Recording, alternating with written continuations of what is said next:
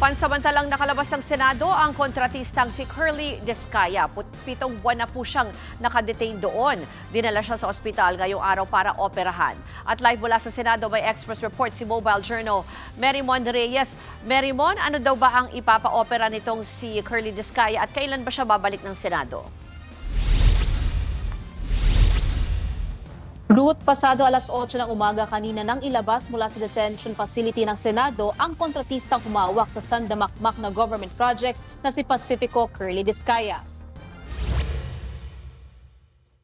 Dadalhin si Descaya sa isang ospital para sumailalim sa medical surgery sa kanyang kanang balikat. Maaalala nitong Marso ay pinaalam ng kampo ni Descaya sa liderato ng Senado ang karamdaman niya. Ayon naman kay Senate Secretary Mark Leandro Mendoza, tinignan din ng Senate in-house doctor ang lagay ng kontratista at nagbigay ng clearance sa pagpapaopera niya. Mananatiling bantay sarado si Descaya sa ospital. Pamilya at abogado lang ang maaaring bumisita sa limitadong oras at bawal ang paggamit ng cellphone. Bibigyan si Descaya ng hanggang 1 linggong pananatili sa ospital, matapos niyan ay ibabalik din siya agad sa Senate Detention Facility.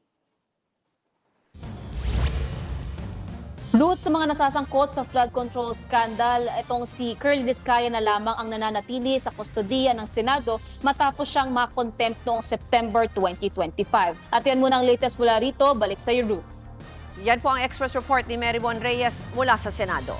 Mga kapatid, Ruth Cabalco, para sa mabilis na pasada ng mga balitang dapat niyong malaman, mag-follow at mag-subscribe sa social media pages ng News 5.